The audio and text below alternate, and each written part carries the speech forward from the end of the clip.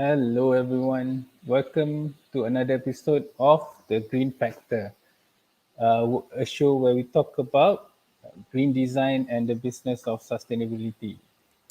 I'm Haris, the Green Carpenter, and today with me we have Viv. Miss Viv Adram. Before we go into the topic today, which we're going to talk about sustainable. What we're going to talk about, Viv? Branding for SDG companies. Branding strategy for SDG Branding company. strategies. Yeah. So we go before we go into that question. We want to know more about you, Viv, Oh, and okay. a little bit about your background and how you come into this branding world and SDG lah. Currently, you are looking more into that as well. So Yeah. can you share a bit? Okay. About me, I'm a crazy cat lady first, and then I evolved into a crazy animal lady from Penang. I've been in branding for about 25 years. So yeah, you can calculate my age. I started off as a designer and then went into marketing because that's pretty much the progression. How I have gone into strategy is because I see a lot of people just upsell to clients and like, oh, take the whole plan and hire us, will be great for you. And then they realize that they don't actually need everything. So that's where I went into strategy because save money lah for people, like do the right thing to get them to the right audience. And how I've gotten into SDG companies or working with SDG companies, it's, the universe aligns. And when you start working with one, suddenly another one comes in. And I guess you start to get known that, oh, okay, her methods and stuff like that works for certain SDG companies. So that's how I've gotten my hands dirty into SDG companies. Some people don't actually know what SDG means. Apa? What is SDG, Viv? From your You should, understanding lah. from my understanding, uh, SDG actually means Sustainable Development Goals. And that was created or coined by the UN, United Nations. And it actually incorporates 17 goals, which are very important. What is interesting is a lot of people think it's all about the green goals, but it's not. It's not just the green goals. It also encompasses people having good people practices, quality education, gender equality, good health, zero hunger, no poverty, decent work and economic growth. Why? Because without the implementation of these SDG goals to people, then these people are not going to be able to implement the green goals, right? So it has to be a balance because we're also the same people who kill the world. So we should just focus on these people first in order to save the world. So that's my correct. understanding of SDG companies. So itulah, there's a lot of SDG goals. Like there are 17 goals, and Mm. like for me, for example, I do few of those, but the one that we are focusing on is SDG 12, which is sustainable consumption and production. So Okay. that is how we have been doing our business as well, where we structured following the UN standard on how we should be operating. And right now, we want to what I'm doing right now is sharing more on how we do it and how businesses can use sustainability as a competitive advantage lah. Right. And it's been doing quite well for my business. So that's why right now, the one of the things that we are using to share and to do our activism work to get more businesses to adopt sustainability is doing this kind of shows where people need to understand more on how they can benefit from it and how like green businesses or SDG companies that work with different causes can also grow. Mm. So, and one of the things that I see is important in doing so is branding. That's why today we are going to talk about branding. And I think for the benefit of everyone, because some of our listeners are students and all that, can you just share a little bit on what is branding? Because everyone talks about branding, but what, from your experience, what is brand and branding? Okay, very quickly, because we can go about brand for years and Correct. years and years. You know, I can talk about that forever. But what very quickly, branding, the best type of branding is the kind that is so subtle that people don't even know it. I'm sure some people don't know that the image and the visual of Santa Claus was actually created by Coca-Cola. That red and white suit, that's not historical. It was just a character created by Coca-Cola and nobody knows it. And we use it every Christmas all around the universe.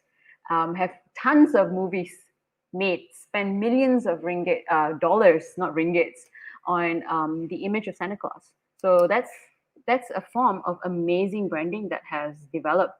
There's also branding where the most simple branding, having your logos everywhere. But does it make any sense? Does it mean anything? Do people know what you are all about? So maybe Apple. You don't have the word Apple, but you have the logo Apple everywhere in its products. And they even, for Apple lovers, they even give Apple stickers in every box that you purchase. Every Apple product that you purchase, you get a sticker. Why? Because it's kind of a cult. Apple consumers from the very beginning wanted to show off that they had Apple, not show off as in like, oh, Apple's more expensive, but more so that they wanted to be known that they are the type of people who support this alternative and creative way of communicating or having technological products and not the big masses that went for PC. So that's to me is branding. Branding also the most simplest way. When people say Xerox or Photoshop or photocopy, they use the word. Can you go Xerox it? And Xerox actually is a brand, but people say that. Or even like paling simple Panadol, right? People don't say take a paracetamol.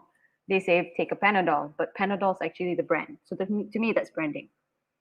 Did I answer your question? And Yes, yes.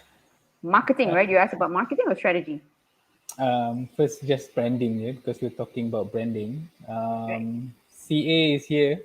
Hi, Hey, CA. CA. So CA is one other person who's branded himself as the satay man. But question is, I don't understand why. So he has to explain. So then his So, brand CA, worked, you can yes, explain. his brand worked, but it's so deep that not everybody understands. Yeah. So, you talk about Apple just now. Yeah. So people always like see brands, especially brands from the Western, because they are the one that is like are moving really fast and have been starting all this thing, branding and marketing. So let's try to look at our local scene, like in Malaysia. What companies that are doing well in terms of branding, or if you have any SDG companies that you see that is doing well, do share. Okay, so locally, if let's go for SDG companies first, this is a hybrid, so I wouldn't say they're fully local, but they started off overseas. And this would be called the Lost Food Project. So the Lost Food Project is a movement and a company that gets almost expired food or produce and brings it to the very low income groups in order to feed them. So in that way, they solve sustainability, they solve nobody goes hungry, they solve recycle, they solve distribution, they solve a lot of things. And so that would be one of the companies I would highlight, the Lost Food Project. They are more visible here in Kuala Lumpur than all the other states in Malaysia. But their work is very good. That I shared with you that how they branded themselves is they go from the SDG goal direct to the low income group. So this, they bypass all of us who read about it, have time to layan these SDG goals and implement it a little bit, donate a little bit, but they bypass everything. They go to the lower income group and educate the low income group that if you recycle food, if you do not waste, they will have food on the table, on the plates for that night, right? So this is building a nation of people even if they're from the lower income group, they're building a more conscious nation. And the lines that happen when the Lost Food Project visits and distributes their produce is a massive, and it happens quite often here in Bangsa. I can't recall where else it happens, but they partner with a lot of food distributors in order to not have any wastage. So the Lost Food Project is one of them. Um, and then the other thing is um, uh, the ESR. ESR is run by a friend of mine, actually. Now I forget her name. ESR is Eat Shoots and Roots. Right. Shaolin. She's not a Shaolin temple, but her name Shaolin. Shaolin and friends. ESR is Eat Shoots and Roots. And they're a wonderful bunch of young people who advocate growing plants that allow you to have food, right? So it's not just pretty plants, but it's plants that allow people to consume and teach people how to grow farms in the city and stuff like that. So, and what's best is when they propagate their younger plants, they sell those seeds. So it's a very lovely ecosystem, and they educate classes and have classes where they teach people how to grow and start their own homegrown farms, cities, farms in the cities. One of the other ones that I'd like to highlight is a condominium in KL, in Penang, sorry. You'd think the word condominium and sustainability doesn't go together, but this one actually does. They've highlighted a lot of green best practices. They've implemented water and energy efficiency, and they've used sustainable building methods as well as sustainable site management, which is hard to implement. As you know, the construction industry is very wasteful sometimes. You lose a lot of water, you lose a lot of manpower, you lose a lot of everything. But Sandylands Penang is actually, it's won a lot of awards, especially the Green Building Index. And one added extra bonus that is not highlighted is people always like to highlight condominiums and homes outside of the city. But this means the city is empty of people. The city is empty of life. It's just used as business, right?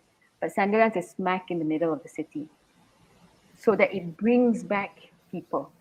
All this while, you've got the World Heritage sites, Georgetown World Heritage cities, and people are building hotels and cafes and stuff like that. But all those old uncle and aunties who lived there for many, many years are displaced. So there's actually no life in the city anymore. No, there's no people growing up in the city. You don't have city stories. But Sandylands made that conscious choice of building their condominium there. So that's actually another part of the SDG rules. Can't hear you. So thank you for that, because like we always love to hear these kind of stories where people do amazing things, and because it's SDG based, so it's not just a business, it's something that Mm. have cause behind it. So it's always amazing, and when the product itself is also amazing, so that's another story as well. We have Sheikh Fazli from Facebook. Thank you for tuning in. Hey, Shay. Uh, and Hi, I think, Irvin, and thank you for yeah, sharing your story, Satay Seller. But I'm gonna have to click that link and read it. So later again, lah. does that So work? See, this is what I mean. When branding, you have to make it as easy as possible for somebody to understand and want to know about you. If it's a correct, conversation correct. starter, okay, great. But how's it working for the other person? Do they really care? Mm, mm, Do they really care? Do they have the time to care? correct, correct. Yeah. So So it's very important for SDG companies to know how to talk to their audience, and we'll talk about that later.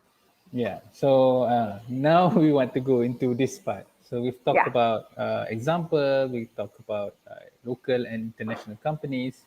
So if let's say I'm an SDG company, or I'm thinking about it, but I'm worrying because like normally when we do like social enterprise or we look into SDG goals, we are adding problems to the company. for example, normally when not traditional business, our focus is just maximizing profit, so we only Mm. reduce costs and those kind of things. But when we have added things, like for example, I added sustainability, so I'm giving more headache to my company in terms of doing the business. So people need, let's say people want to consider doing this, either doing a startup or they have a company they want to shift into SDG direction, like where can they start? I mean, like, what's the easiest for them to actually do something about when they want to talk about branding? Okay, I would say if we go into how SDG companies can brand themselves, right? And vice versa, I would say there are three simple solutions. They're not simple. Okay, let me remove the word simple, but there are three solutions. The first and only one that's very, very important is partnerships. Why? There are a lot of SDG companies these days that have a great brand, a great product, a great message, but they don't have the platform or the audience. But there's also normal companies, non SDG companies that want to jump on that bandwagon. They're getting more conscious. They're getting more, they understand better. They're more woke. I hate that word woke, but they're more woke in terms of wanting to do better for the world, wanting to be more responsible. So, what do? Tap into the SDG companies who already implement best practices. So partnerships are the best ways you can start for both parties, right? For SDG companies, they get that audience from the non-SDG companies.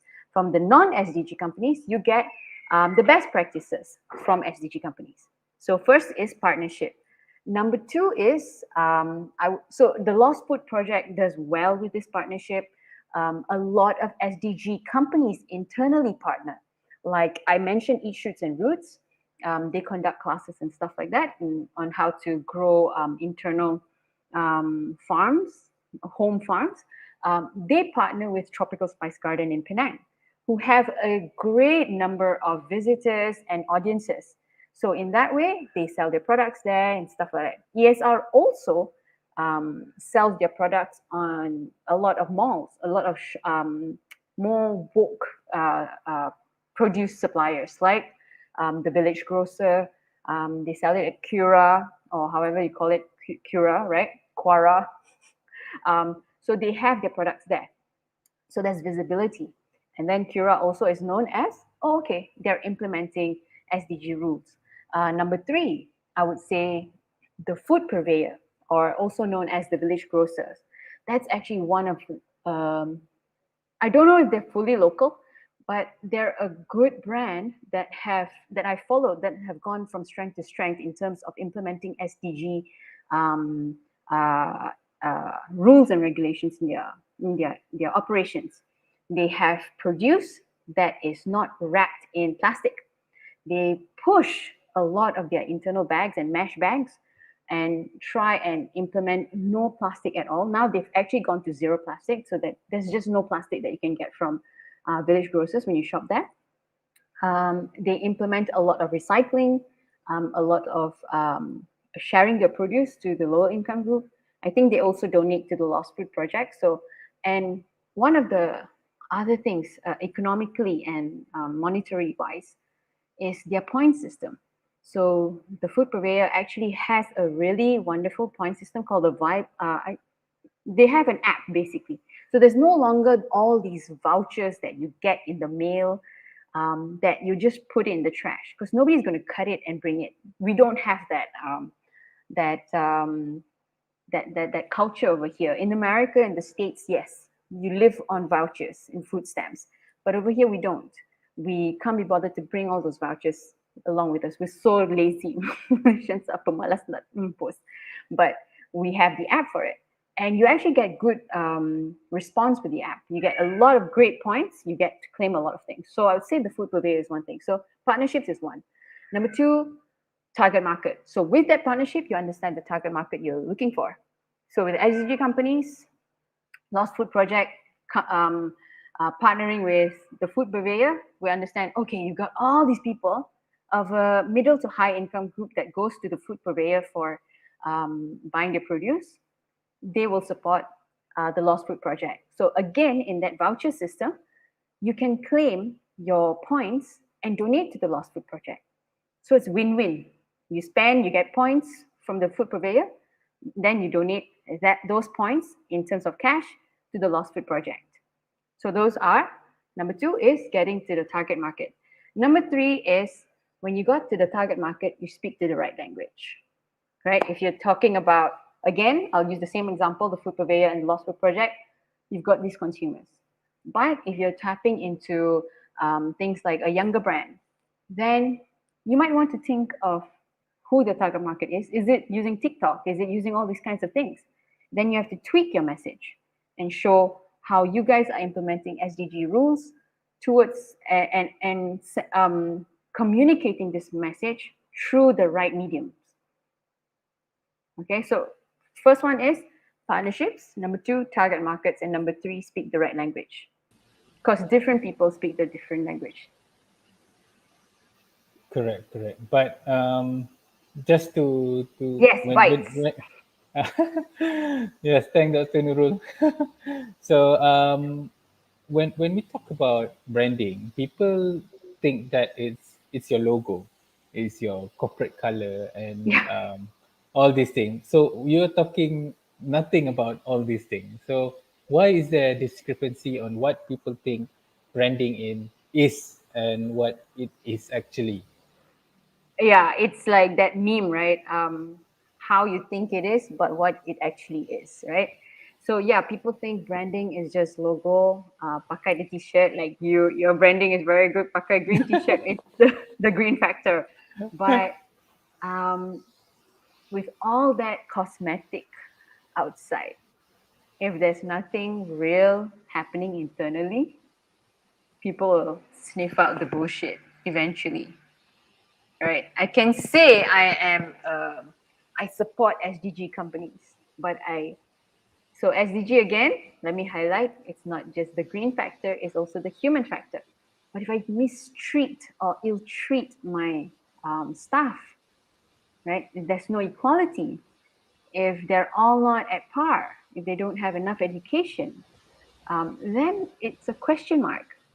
And in this day and age, social media, things can go viral very fast. And it's actually good because you start to check yourself. It's not about being formal, but it's having a better conscious um, connotation and conscious mind to know that, okay, am I actually living up to these values? So a lot of people will plaster, oh, I'm this company and I apply SDG rules, right, to my company. And so I apply rule number 11, number 5, number 10, number 7. But at the same time, you guys actually waste, right? You don't have equality. You don't have a lot of things. So if you were to question mark, are you actually an SG company? You're not. But this doesn't mean that you should not announce things. You should not try because yes, it's very hard to achieve all those 17 goals. Those 17 goals are goals, right? Reach for the stars. Maybe you reach the sky. Casey Kasem. But it's good to dream and it's good to try and strive towards it. But I would say it's good to also always check yourself. So that's the difference between branding and behind the scenes branding. Because branding is in upfront, but behind the scenes branding is what people actually remember you about, Right. What right? people talk about you when you're not in the room, right? Exactly. That's one of the terms that branding is. Correct. So, Andrew, thank you for tuning in. Yes, I think Thanks, what Andrew. I'm trying to do with the show is we want to get more amazing people and like people who can share on their expertise in terms of how this SDG company or social enterprise can grow.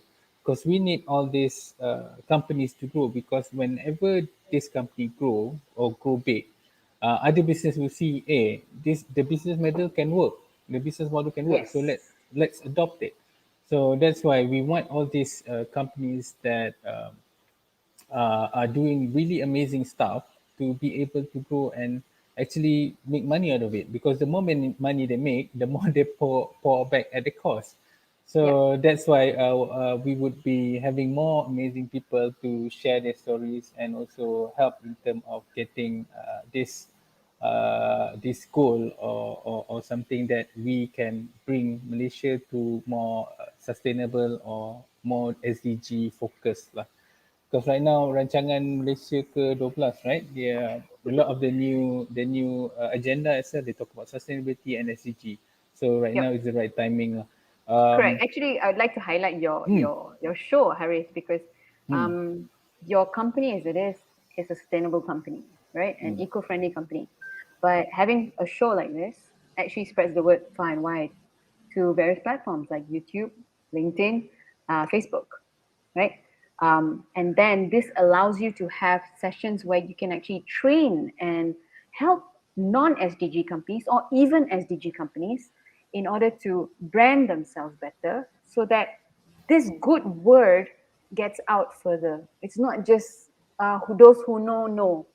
It cannot be that way anymore. It has to be, let me shout far and wide this message. So um, every effort can be compounding. Correct. So Stephanie is tuning in from LinkedIn. Thank you very much for tuning in. We hope you get some value out of it. We have a question from Irvin. Many organizations have a perspective that branding is expensive and it's only for huge businesses. And you cannot really quantify the ROI. So what's your view? Yeah, that's true. A lot of branding has got a bad name. The word branding is like, oh, I cannot afford that. I've got to think of other things, and branding and marketing uh, budget is always the last, and the last to be tapped into and the first to go away. But if you think about it, and this will bring me less business if I say this, branding is something that what Haris mentioned. It's what people talk about you when you're not around in the room. So it doesn't just have to be the amazing logos and flyers and all that crap. It can actually just be how you manage your organization, what people know you about, the quality product that you have, the quality service that you have, and how to communicate with you immediately. So I would say that those were the most important things. So branding has actually evolved in the last couple of years, especially now during the pandemic. You don't actually have to spend a lot of money. The more so is to get the word out, the right word, to correct people about what you are and walk the talk, right? So then you can get the ROI, right? It's a long game because something as new as a toy can be misunderstood or not understood easily. But you need to keep on trying and getting people to experience it, understand it, like it, love it, or in the very flip of the coin, dislike it and tell you what they don't like about it. And then you can tweak it and change the experience for people. But that's also part of branding. It's not just, again, the fancy clothes and the makeup. Yeah. So I hope I answered your question, uh, Irvin. I think you do, and I think I just want to add a little bit more about the view of branding.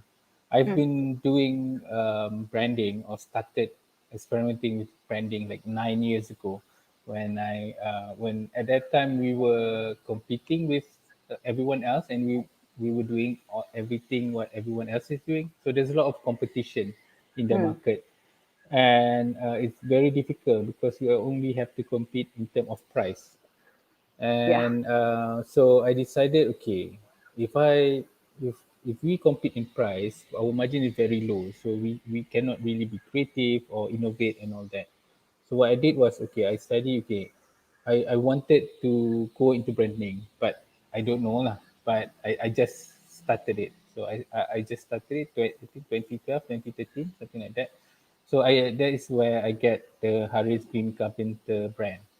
Mm, And when first few years I did it because and I don't know much, so I just do Facebook, do Instagram and all that, and then you see traction, and then you see yeah. okay, I can. slightly make it better, and also it's about telling the story.